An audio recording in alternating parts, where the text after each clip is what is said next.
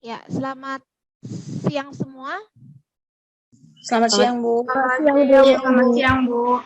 Ya, hari ini kita akan berdiskusi ya dan juga belajar tentang pembelajaran dengan pendekatan konstekstual atau contextual teaching and learning. Ya, adapun capaian pembelajaran yang harus kamu capai pada pertemuan ini adalah kalian sebagai calon guru harus mampu ya menerapkan dan juga menganalisis masalah-masalah pembelajaran dengan pendekatan contextual learning pada pembelajaran IPA terpadu ya. Pada pelajaran IPA terpadu di SMP karena kalian kan sebagai calon guru IPA terpadu. Nah, banyak nanti model-model pembelajaran yang dapat digunakan dengan pendekatan CTL ini, Contextual Teaching and Learning ini. Jadi kalian diharapkan mampu menerapkan dan menganalisis masalah-masalah pembelajaran dengan menggunakan pendekatan contextual learning. Oke, ya saya mau melihat dulu tanggapan-tanggapan dari kalian pada bahan diskusi yang telah dibuat di forum diskusi e-learning Sibda kita. Saya lihat dulu, makanya saya tadi menyarankan untuk semua mengisi. Bagaimana menemukan cara terbaik untuk menyampaikan berbagai konsep yang diajarkan di dalam mata pelajaran tertentu, sehingga semua ini mata pelajaran tertentu yaitu IPA terpadu lah dalam hal ini, sehingga semua siswa dapat menggunakan dan mengingatnya lebih lama. Dan pertanyaan kedua, bagaimana seorang guru dapat berkomunikasi secara efektif dengan siswanya yang selalu bertanya-tanya. Nah, yang ini siswa yang berpikir kritis lah ini. Tentang alasan dari sesuatu, arti dari sesuatu, dan hubungan dari apa yang mereka pelajari. Nah, ini biasanya siswa yang selalu berpikir kritis ya, bukan untuk mengujimu. Ada juga siswa yang menguji guru kan? Nah, ini kalau perhatikan. Oke, kalau CTL itu difokuskan ke pemahaman makna materi. Tahu ya pemahaman makna materi, artinya dia memahami informasi baru yang dia dapat dengan menghubungkannya dengan pengalaman kehidupan sehari-hari. Nah, artinya di sini tidak disandarkan dari hafalan. Kalau tradisional kan hafalan. Seperti yang kita alami ya di masa-masa zaman-zaman ya di SMP ya SMP SMA ya masih hafalan. Artinya guru menjelaskan dari textbook ya, diminta kita untuk menghafal dan secara konvensional ketika sudah misalnya kita mencatat ke buku kita, buku tulis, baru setelah itu mungkin mengerjakan soal. Itu kan udah biasa itu secara konvensional, betul ya? Nah, ini enggak, harus dimaknai pemahaman makna dari pembelajaran materi baru yang dia dapat. Baru pemilihan informasi berdasarkan kebutuhan siswa. Oke. Nah, kalau dalam tradisional itu kadang kan kalau kita lihat guru-guru kita dulu, zaman dulu ya, dia mengajarkan materi yang dia kuasai. Ya kan? Dia mengajarkan, dia akan maksimal. Beliau guru-guru kita akan dulu ya, zaman dulu yang menggunakan tradisional akan maksimal mengajarkan materi yang dia kuasai. Jadi materinya ditentukan aja ya, saya mau ngajar ini karena mungkin dikuasai ya. Tapi kalau di CTL nggak boleh seperti itu, harus yang berdasarkan kebutuhan siswa. Artinya selain guru harus menguasai konsepnya, ya diperhatikan juga apakah pelajaran ini sesuai dengan kebutuhan siswa atau tidak. Nah itu ya, jadi harus mengedepankan kebutuhan siswa. Baru siswa terlibat secara aktif. Aktif dalam sini bisa kamu bisa menanggapi, mengajukan pertanyaan dan sebagainya. Artinya mereka siswamu tidak secara pasif hanya menerima informasi. Secara pasif menerima informasi contohnya sudah tahu ya, belajar dari buku textbook atau belajar buku dari teks pelajaran baru mengerjakan soal. Itu kan itu yang menjadi kebiasaan ya, yang menjadi kebiasaan dalam pembelajaran tradisional. Nah, ini yang keempat, ini yang paling penting, dikaitkan dengan kehidupan atau masalah kehidupan sehari-hari yang bisa disimulasikan. Contohnya bagaimana ini? Nah, contohnya gini loh. Kalau tradisional kan pembelajaran sangat abstrak dan teoritis. Artinya guru hanya menyampaikan dari buku teks pelajaran aja. Abstrak, artinya teori. Dibacakan atau disuruh membaca, kan gitu kalau tradisional. Tapi kalau CTL ini langsung dihubungkan dalam kehidupan sehari-hari. Contoh gini, kenapa kalau di kapal laut itu bisa terapung dia di laut yang luas seperti itu. Itu kan dicontohkan dalam kehidupan sehari-hari, ya kan? Ini bisa kamu simulasikan supaya lebih nyata lagi mereka dalam pengalaman kehidupan sehari-hari mereka dihubungkan dengan konsep yang baru. Ini kamu bisa simulasikan dengan cara apa? Mungkin simulasi demonstrasi. Contohnya, ya kan kalau secara teoritis tadi kenapa kapal itu bisa terapung, kan gitu ya?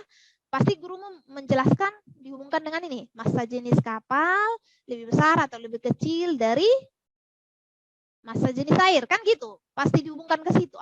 Ini bisa kamu hubungkan ke simulasi sederhana dalam kehidupan sehari-hari. Contohnya di dalam kelas itu kamu sediakan 3 bejana yang simpel aja, bisa dari plastik aqua, kamu potong aquanya, udah kamu isi air, kamu sediakan telur,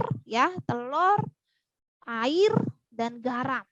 Misalnya bejana A ini hanya kamu telur sama air aja. Baru yang bejana B kamu tambahi garam ke bejanaannya, ke airnya. Kamu masukkan lagi telur. Bagaimana? Dari situ kan mereka mengalami, oh ini bagaimana, gitu kan? Mereka melihat dan mengalami yang terjadi dan mereka bisa menyimpulkan konsep yang benar, mendapatkan atau menemukan sendiri konsep yang benar mengenai mengenai massa jenis, ya. Paham ya maksudnya ya? Oke. Ya, jadi ini contoh karakteristik dari contextual learning itu. Ada banyak ini, kamu bisa baca ya, dan intinya saya sudah bagikan ke kalian. Ini ada 14 ya. Jadi jangan intinya gini loh. Jangan jadi ini perilaku siswa itu harus kamu bangun dalam CTL ini dengan kesadaran diri untuk menemukan sendiri pengetahuannya. Sadar dari dirinya sendiri untuk menemukan sendiri pengetahuan barunya. Jangan karena kebiasaan.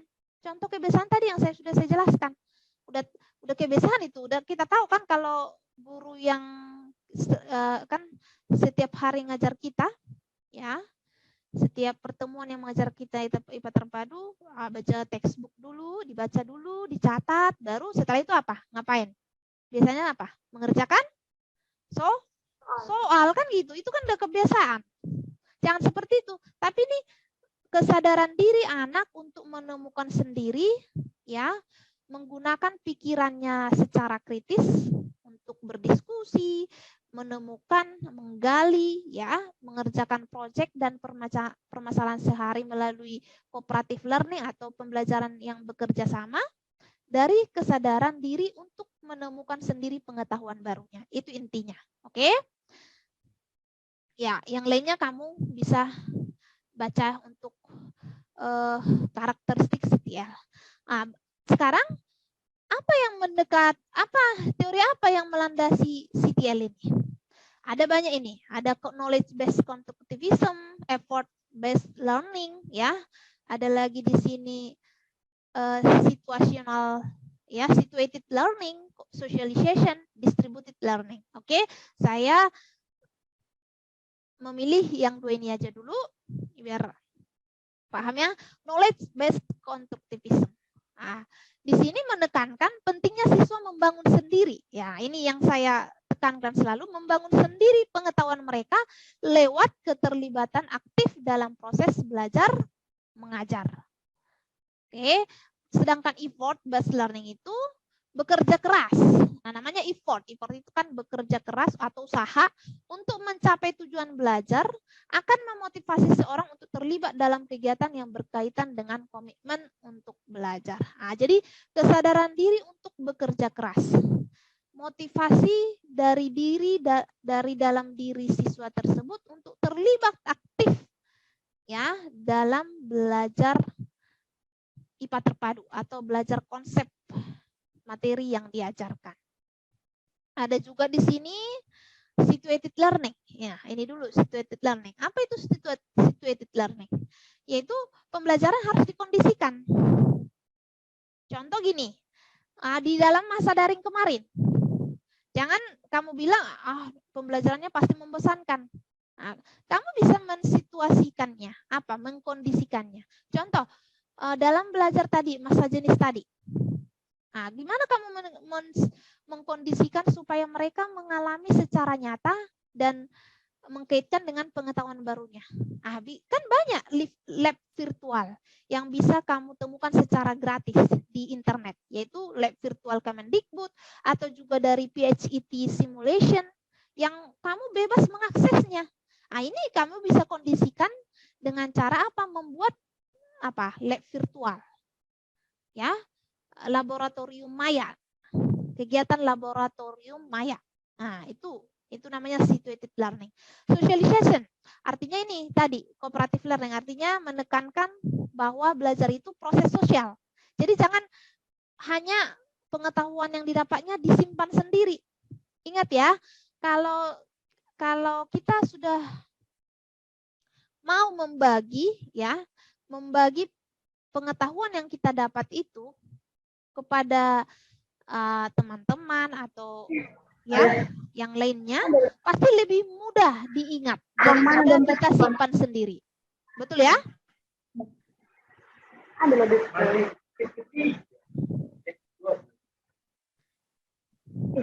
Oke, ini siapa yang itu?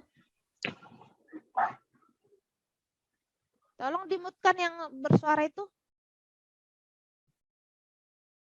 Oke, jadi pasti lebih lama baru yang akan mereka pelajari dari kehidupan nyata mereka. Contoh yang tadi pesawat jembatan hidrolik tadi.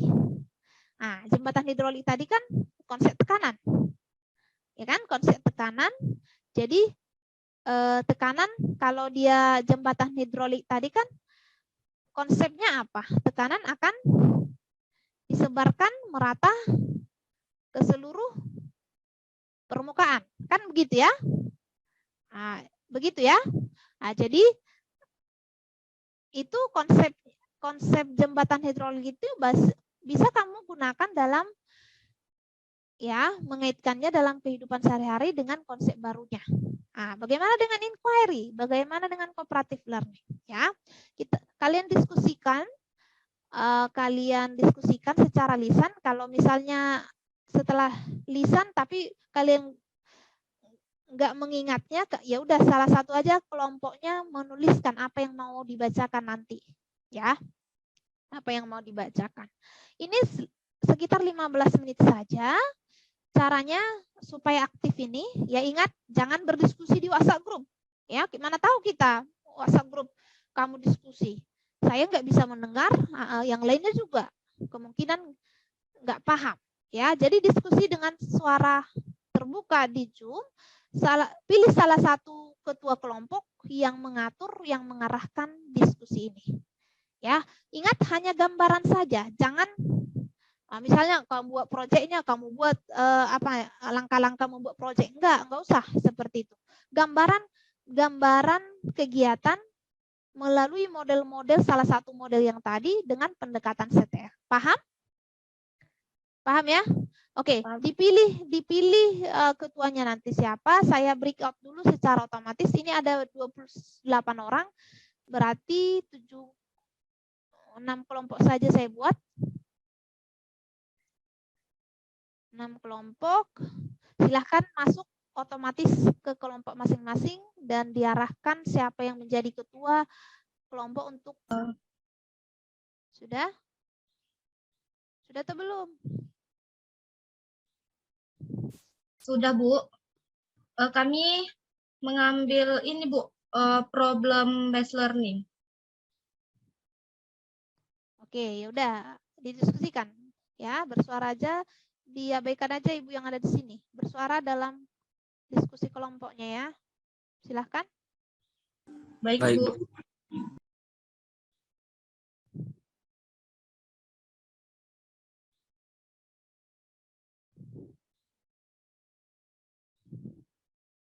Ayo bersuara. Ini kenapa diam-diam saja? Baik, Bu. Nah, jadi kita kan ngambil yang model itu problem based learning. Nah, jadi untuk dari yang tahu problem based learning itu kita di situ adanya pemecahan masalah yang diberikan kepada siswa. Jadi sistem pendekatan pembelajaran itu ada masalah yang harus diselesaikan. Misalnya masalah biasanya itu masalah di dunia nyata yang diberikan kepada yang di sebelumnya udah adanya apa namanya tindakan kerja dari siswa, misalnya pengamatan dari siswa gitu. Nah, dari situlah nanti setelah dapatkan data ataupun masalahnya baru ada yang namanya pemecahan masalah. Dan sebelum itu ada yang siswa itu dibagi kayak kelompok kecil seperti Ibu tadi bilang. Nah, disitulah siswa mulai berdiskusi dalam menyelesaikan masalah yang ada gitu. Kalau dari teman-teman semua? Jadi kan kita mengambil tema atau pendekatan problem based learning. Kita ketahui sekarang dalam masa pandemi daring dari jarak jauh, jadi kurangnya interaksi di dalam kelas atau pembelajaran kita. Jadi kita di sini mengambil tema yaitu metamorfosis pada kupu-kupu. Apakah teman-teman sekalian setuju dengan masalah yang mau kita pecahkan mengenai metamorfosis kupu-kupu di pembelajaran IPA kelas 9 kalau tidak salah?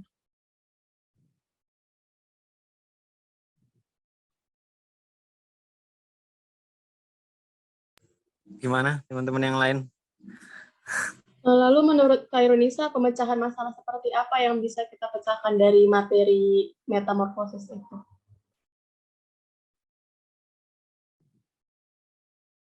Jadi kan seperti yang kita ketahui, kalau kita kan lagi masa pandemi, kalau kita bertemu atau kita saling masuk ke dalam kelas atau pembelajaran, kita bisa praktek langsung untuk melihat atau ke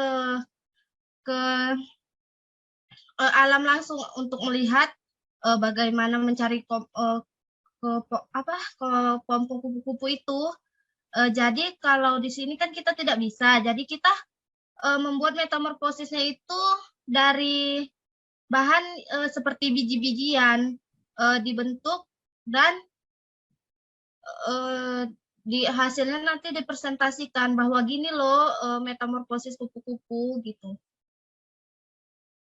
Diajak untuk bagaimana cara mengatasi jika kekurangan air bersih, misalnya di rumahnya lah sendiri, airnya entah kurang jernih atau misalnya airnya kuning. Jadi siswa ini pun bisa melihat bahwasanya para orang tuanya ini untuk mengatasi agar air di rumahnya, khususnya di rumahnya itu menjadi bersih, membuat saringan tradisional gitu Bu, dengan bahan-bahan alami.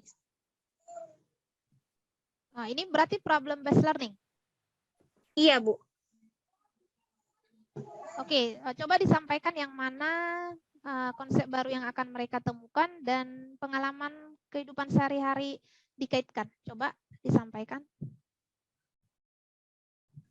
Pengalamannya tadi Bu untuk mengatasi ketersediaan air bersih tersebut dengan membuat saringan tradisional, baru konsep barunya misalnya bisa dibuat misalnya kan alat-alat dalam penyusun saringan itu khususnya bahan-bahan alami itu kan seperti misalnya pasir bisa digantikan dengan yang lain lah Bu. Misalnya kalau nggak ada pasir bisa dengan sekam padi atau gimana gitu Bu.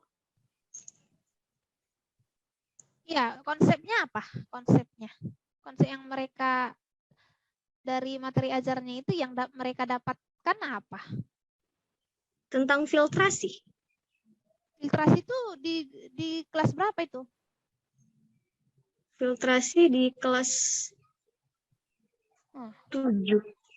Filtrasi ada di kelas 7? Coba.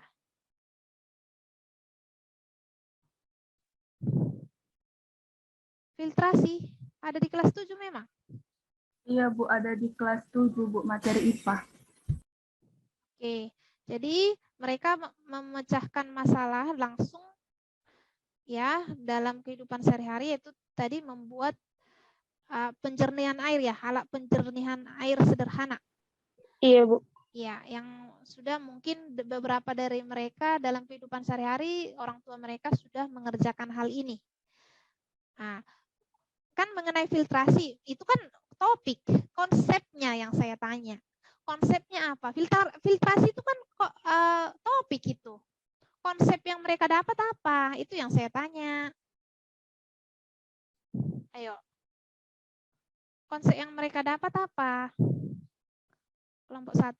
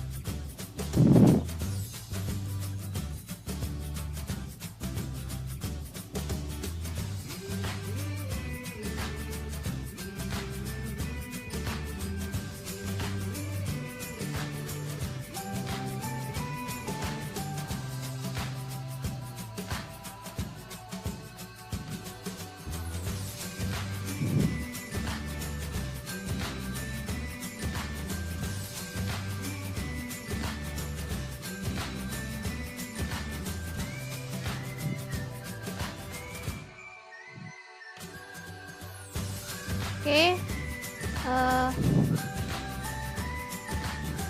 1 menit lagi ya.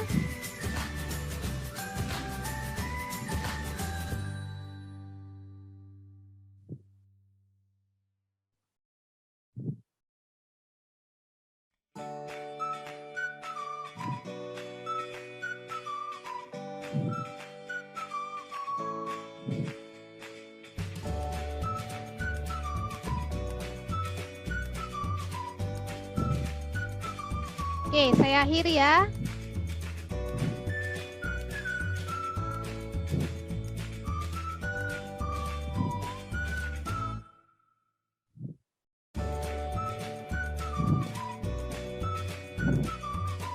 Ya, Murna yang peringkat 1 ya. Murna, siapa lagi? Emia, Akila, Natasha, Kintan.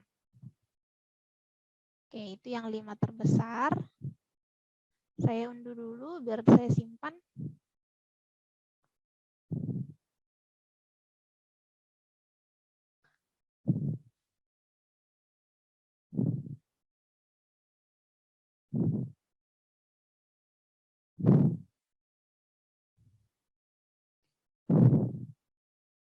Saya stop share ya.